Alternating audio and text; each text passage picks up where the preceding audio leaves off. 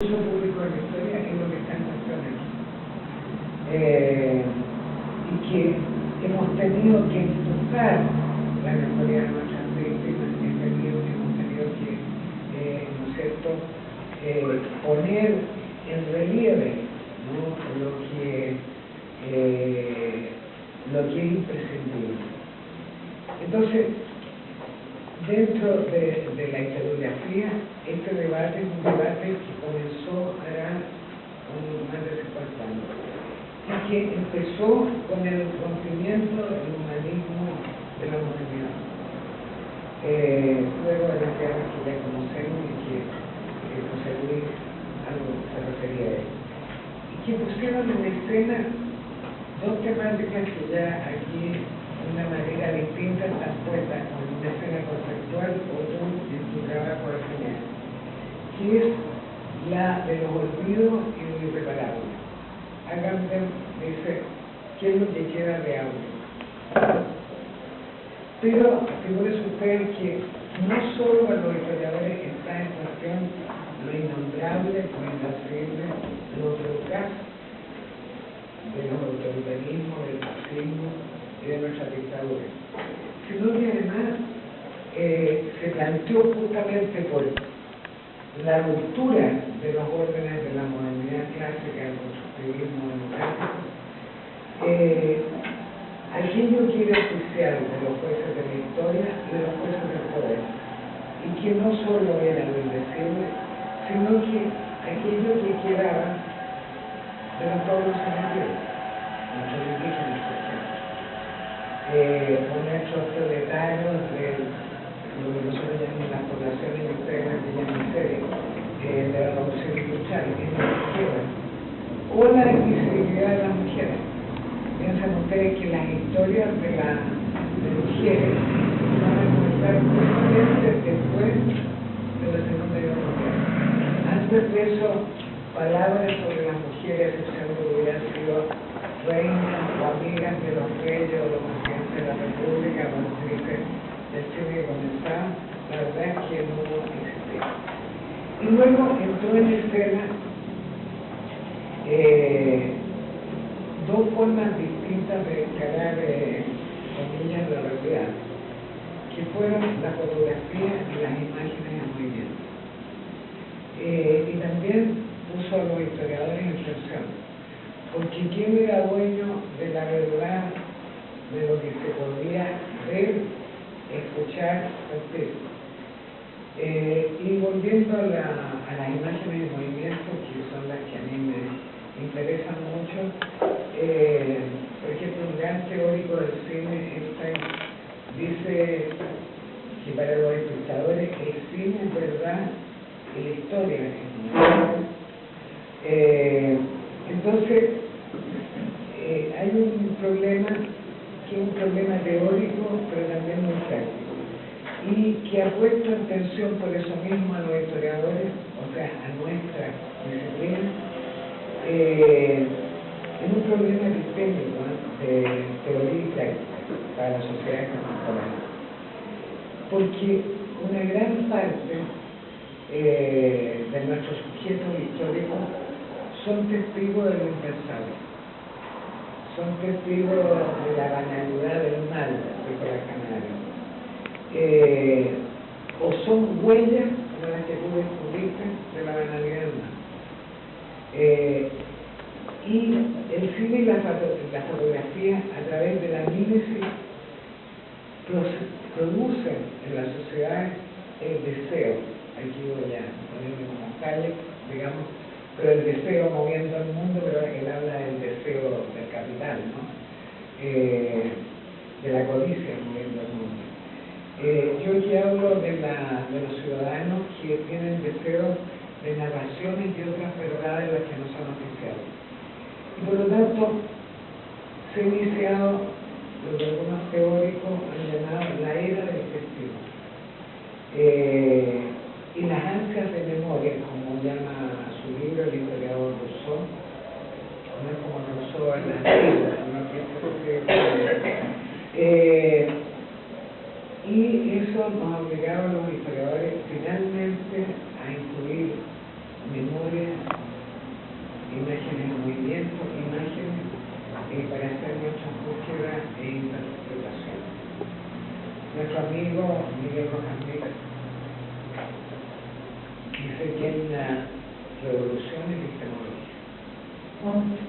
y que nos obliga a descubrir los imaginarios sociales y culturales que están presentes en el habla de un testigo y en la imagen.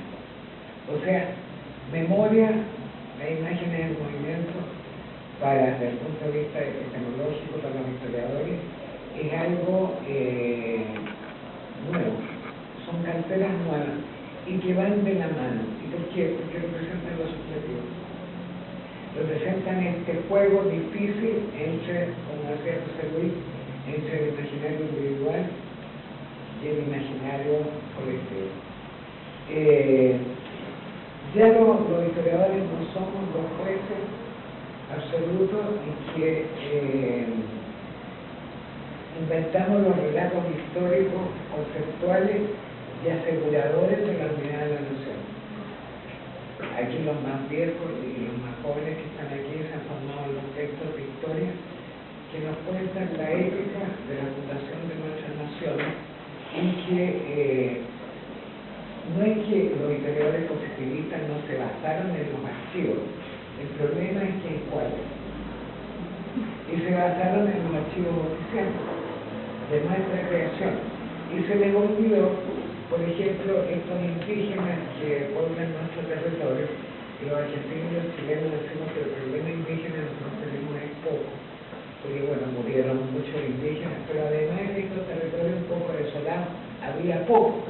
Pero ustedes lo tienen en el norte y nosotros lo tenemos en el sur, en que lo acompañan algunos de los que ustedes también tienen en el sur. Entonces parece que logramos un problema indígena, que ahora están molestando mucho últimamente porque no les gusta la ciudadanía que les han dado. Bueno, pero para que ustedes se den cuenta, los jueces de la historia estamos puestos en cuestión. Por, ¿no es cierto?, la memoria que irrumpe fuertemente, dado lo innombrable, dado la tragedia, y las imágenes. Entonces, ya no se puede ser un juez solitario del pasado y excluir lo que está en el éter de la sociedad, lo que pensaba más de hace bastante tiempo. Estamos obligados a comparar cosas escritas, oralidad, imágenes.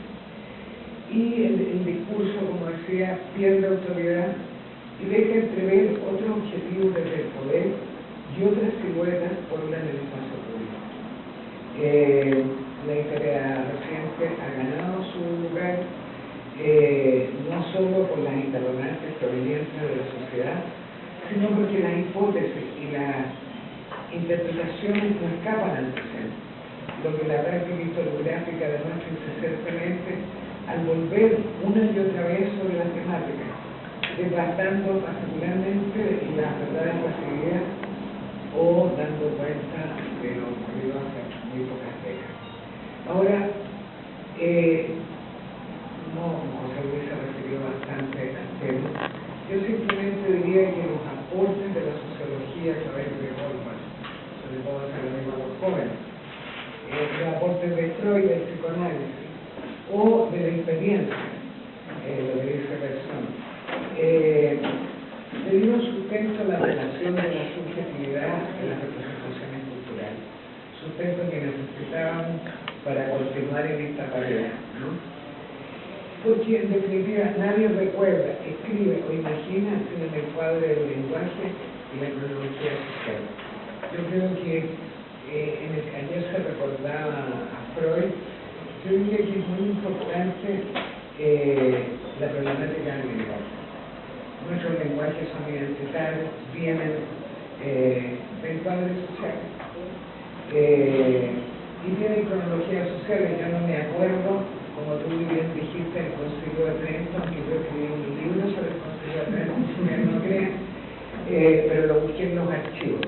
Pero ninguno de ustedes, la mayoría aquí ni saben fuera de lo que son profes de historia, que pudiera ser el Concilio de Trento, que dependemos bastante de él en todo nuestro imaginario religioso y cultura de base, pero sí nos acordamos de lo que ocurrió ayer.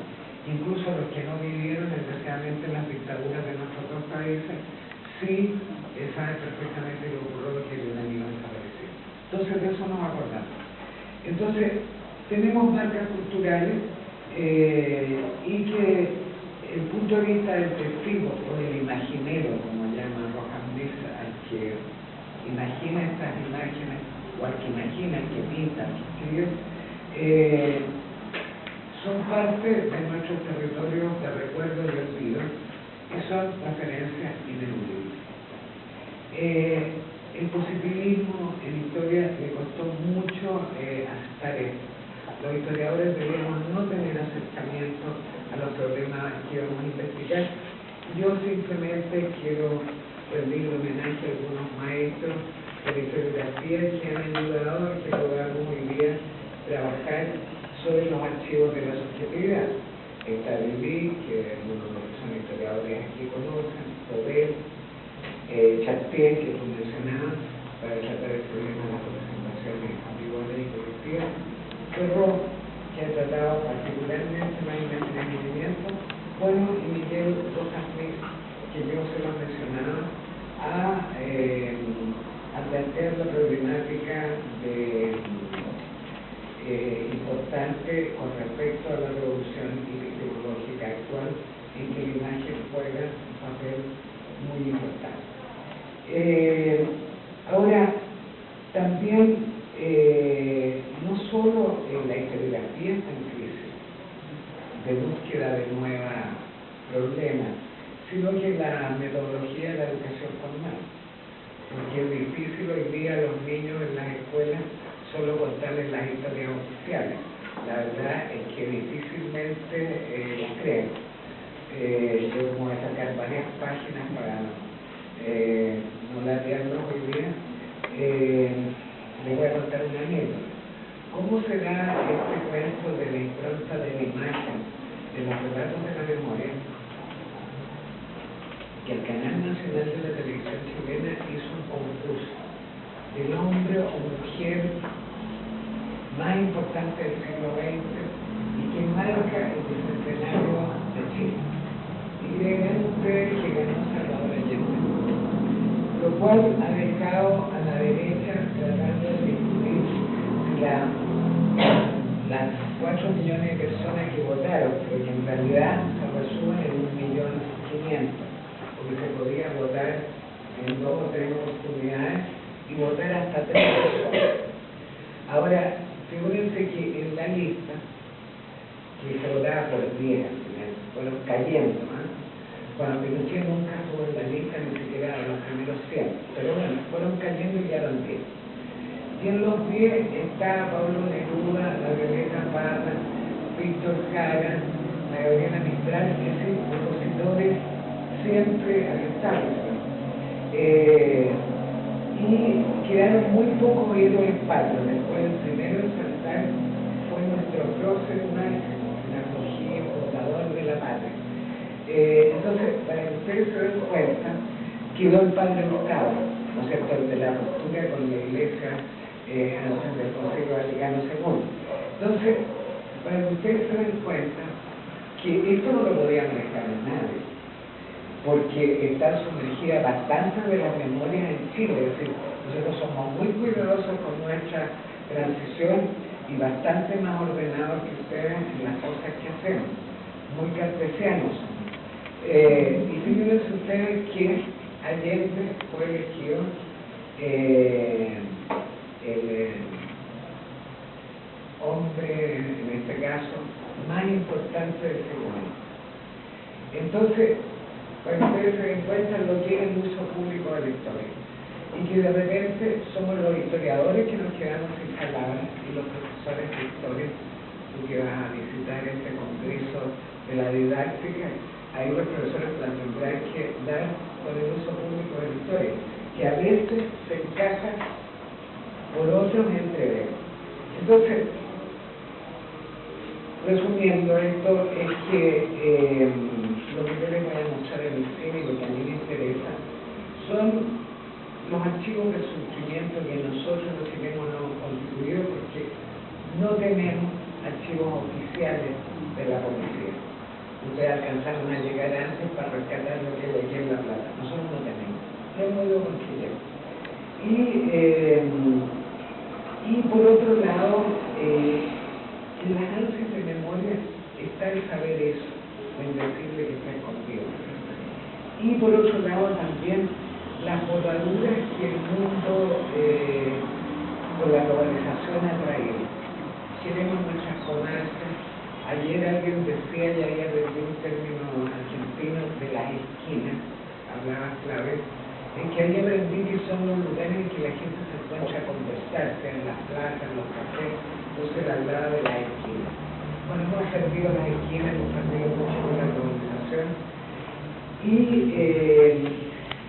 eso también es un problema que las imágenes y movimientos tratan, como la literatura, a veces con nostalgia, otras veces como un mecanismo de contención, para volvernos a acordar de espacios o palabras, lo que García Márquez ya dijo al final de Soledad, o la Úrsula Buendía, ¿se acuerdan ustedes? Que cuando vino una tormenta le ponía unos papelitos para acordarse claramente del nombre de los objetos porque se los estaba llevando el viento. Entonces nosotros estamos buscando lugares de memoria porque se nos está llevando la globalización, que es una tempestad bastante mayor que la que describió, como ustedes saben, García Márquez en el Soledad. Bueno, yo por razones de mi especialidad debo decir una cosita más teórica de la práctica historiográfica sobre el cine y la memoria, que lo tengo unido con las personas que dijeron. Ahora, ¿de qué parto yo? Que las imágenes en movimiento nos dejan ver, produciendo una mímesis que es simbólica, porque por un lado están lo que están los imaginarios, en los deseos sociales y en el ojo del espectador testigo, de una realidad presente y pasada. Es decir, hay un juego de varias posibilidades que cada imagen nos deja ver más allá de lo que ustedes, los autores de las imágenes, pretendieron alguna vez. Y finalmente refleja en un solo acto la secuencia temporal, la congela, para entregarnos un relato comprensible intelectualmente, creando emoción y usando la técnica. Como ningún otro arte ha hecho posible una doble expectativa social, ver lo real y posibilitar crear libremente una historia. Ambas son aspiraciones propias de la humanidad. Yo en esto, a los que les interese esta temática teórica, les diría que ya Clausewitz lo ha tratado bastante, justamente diciendo, mira, el cine no es un séptimo arte, es el arte esperado, el de la niña, es un arte esperado, porque le permite al espectador ser siempre testigo de un relato que ya no le pertenece a Dios, le pertenece a los hombres, ¿no? Nos pertenece a todos. Bueno, y finalmente cito a Guimara, que está en un texto que acaba de presentar Chartier, que curiosamente salió de la escritura y de la literatura cuando ejerce un poquito a través de este autor en el cine. Y que dice en el comienzo del texto, en el cine una acción no puede mentir, se actúa o no, se efectúa o no. Aunque la acción sea engañosa, la falsedad radica en los motivos, los racionales, o sea, los del autor, que le impulsan, no en ella misma. El cine es una copia del mundo, pero copia fiel. Lo mismo que yo decía antes de y así lo recibe el espectador. Ahora, el cine ha avanzado mucho más que los historiadores en el caso de la historia reciente, para mostrarnos, porque tú acabas de contarnos de tu experiencia. Y así hay películas fantásticas. Yo dijera que el documental que abrió esta expectativa de la mejor manera fue la Chiluma de Roger, desde el punto de vista documental, de los archivos que les habían rescatado a los nazis. Bueno, plantea una de las obras más fuertes y que ha sido citada por tantos cineastas. comercial, dijéramos, la lista Schindler, el pianista. Bueno, cuando uno conoce bien el trabajo de René, lo ve ahí, ese niñito que ustedes ven con la estrella judía y el mantel, bueno, está citado por todo. Los cineastas se citan mucho, así como hacemos los historiadores en pie de página, pero los citan mucho. O nadie va a olvidar nunca cómo en la ficción se puede mezclar casi en forma documental. Lo hizo Rossellini en Noche de Mar. Entonces, y la gran documentación del testigo que hace Lanzmann, pero que Lanzmann nos muestra todo lo que es la impunidad del horror. Ese es el punto. Él no nos presenta a los asesinados, a los de los campos de concentración, sino que la indiferencia, el miedo, la impunidad, son las voces de los testigos sobrevivientes que los llevan rápidamente a los acomodos, es decir, a lo peor que tenemos los seres humanos. Cosa que ha sido rescatada también. Por ejemplo, una película que a mí me gusta mucho, que seguramente ustedes todos han visto, española, La lengua de los mariposas, y han visto menos, una película chilena que recién le estábamos contando, que es Aguilar Pinochet, un documental, en que aparecen todos ellos, y orgulloso de la dictadura que tuvieron, y siguen queriendo mucho a Pinochet, y ahí están, ¿no? Esa derecha que en Chile es menos escondida que la de ustedes, porque vamos a decir que aquí no existe derecha, que no hay gente que sigue celebrando la dictadura. Bueno, o el trabajo de Echenier de la Titier, que mostró de que no todos los franceses habían estado en la resistencia, sino que la mayor parte había cooperado con el enemigo y había entregado a la cultura de las poblaciones. Bueno, pero también está el cine, el otro, que coopera con el poder. Y los nazis fueron, quien sabe, los productores mayores de ese cine, y Leni Riefenstahl, que tú nombrabas recién en el Triunfo de la Voluntad, que hace el día se hace agotadora ver la película porque eso es un cine estéticamente fantástico. Ella es citada desde el punto de vista de la estética, pero, ¿no es cierto?, para sostener lo otro, ¿no? Para sostener el régimen, para darle vigencia y estética a Nazi. Ahora, finalmente, en el caso de la memoria, la problemática es lo mismo. La memoria es libre, es la experiencia del sujeto, su grupo de pertenencia, es siempre fiel a sí misma, al contrario del trabajo del historiador que tiene que estudiar y que tiene que interpretar utilizando muchas otras fuentes. Porque tiene esta libertad, tiene cuerpos que van y vienen. Ahora, a este respecto, porque no voy a agregar lo que ha dicho muy bien de Diego, sí quiero dos asuntos para meternos ya en nuestra película y no seguir tanto tiempo. De que la memoria se ha transformado, como dice Andrés Husserl, en la preocupación central de la cultura y las políticas de la sociedad occidental.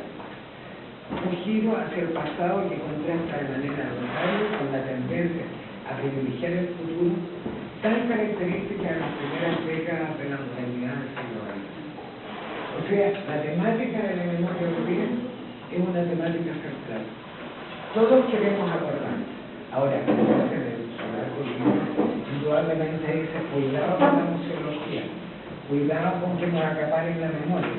Es decir, la memoria tiene que tener sentido. Y a lo mejor, en la relación historia y memoria, efectivamente podemos evitar la museología. Cuidado con la museología, cuidado con transformarla en una piedra en el camino de dejar abierto. Y termino con respecto a eso con una propuesta de Riquet que a mí me parece muy interesante cuando habla de esta memoria que es la que estamos rescatando ahora, que es la memoria política, ¿no? El uso público de la historia. Dice, acordarse de que los hombres de otros tiempos tenían un futuro abierto y que nos dejaron sueños incumplidos proyectos inacabados, tal es la lección que la memoria enseña a la historia. Ahora, yo la verdad es que esta vez les traigo para ver una película que a mí me ha gustado mucho, que se llama La ciudad de los fotógrafos, y que es de un actor muy joven, Sebastián Moreno, que quiere rescatar los pasos perdidos de la ciudad que fotografió su padre junto a otros fotógrafos de la época de la dictadura que vivieron lo que nosotros llamábamos la protesta, que son prácticamente 10 años de protesta, 10 años de registro de lo que yo llamo también los archivos personales, que son los que nos han servido para llevar adelante, si ustedes quieren, la lucha contra la dictadura, que termina en aquel famoso plebiscito en que por primera vez un dictador, por suerte para la humanidad, perdió su propio plebiscito. Pero la verdad es que eso también no es un azar, ni tampoco los partidos políticos, sino que a la gente que andaba por la calle y que no dejó un día de espera. Ahora, no voy a referirme por el tiempo, porque quería hacer unas adquisiciones sobre la importancia del cine para avanzar en la búsqueda de la verdad de lo que ocurrió durante la dictadura. Que la primera preocupación de los cineastas, que nada más que ustedes, que en lo que va ocurrido de este siglo XXI, se han producido más películas que las que se produjeron en todo el siglo anterior, cuando se trata de documentales, o sea, todo el siglo XX. Y en que, indudablemente, las primeras temáticas son como la tuya, de rescatar la polifonía de voces en torno a un detenido desaparecido, los hallazgos arqueológicos, como en Fernando Abuelo, a los torturados, como hace Patricio Guzmán, en un juego genial que para mí el caso Pinochet. Habla muy poco de la detención de Pinochet en Londres y mucho de las mujeres torturadas en Chile, que fue una base para obligar finalmente a las políticas públicas a hacer el informe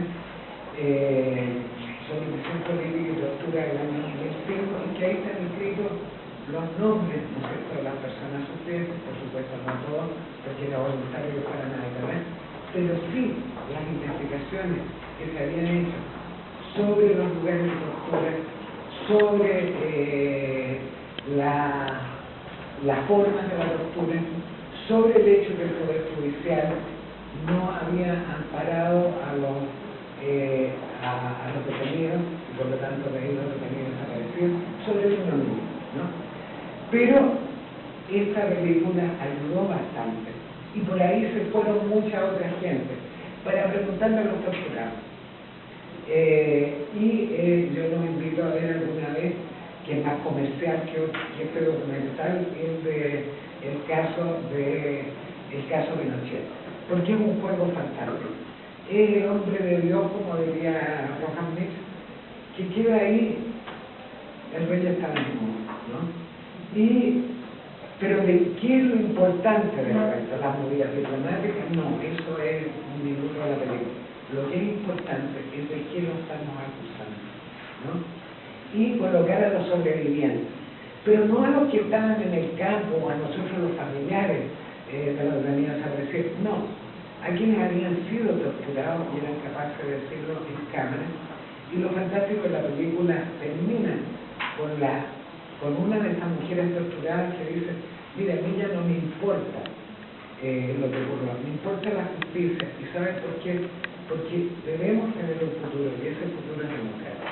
Entonces, es el aporte de estos documentalistas que yo dijera es muy importante.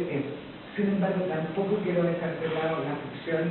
Ustedes, muchos aquí han visto un film que también muy querido con nosotros, que es Machuca, que es el rompimiento de la inocencia de la sociedad chilena, pero que también es el testimonio de la generación que vivió la ignominia.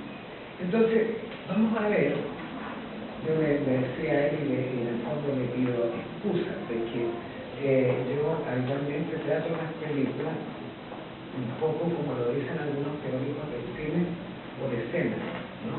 Las voy cortando por escenas porque son relatos distintos que va haciendo el cineasta. Y para jugar con otra cosa que dice Deleuze, que es jugar con los espejos, ¿no? Un espejo, van a ser ustedes que no, la mayoría no conocen estos pedazos. Otra cosa va a ser el que sabe de cine. Otra soy yo que conozco la película y que le estoy dando un sentido de análisis histórico, que me sirve para un análisis histórico. Por lo tanto, hay un juego ahí de espejo. Y van a aparecer algunas de las escenas. En primer lugar, es algo que se ha puesto, y leía en la revista de aquí, un artículo del crítico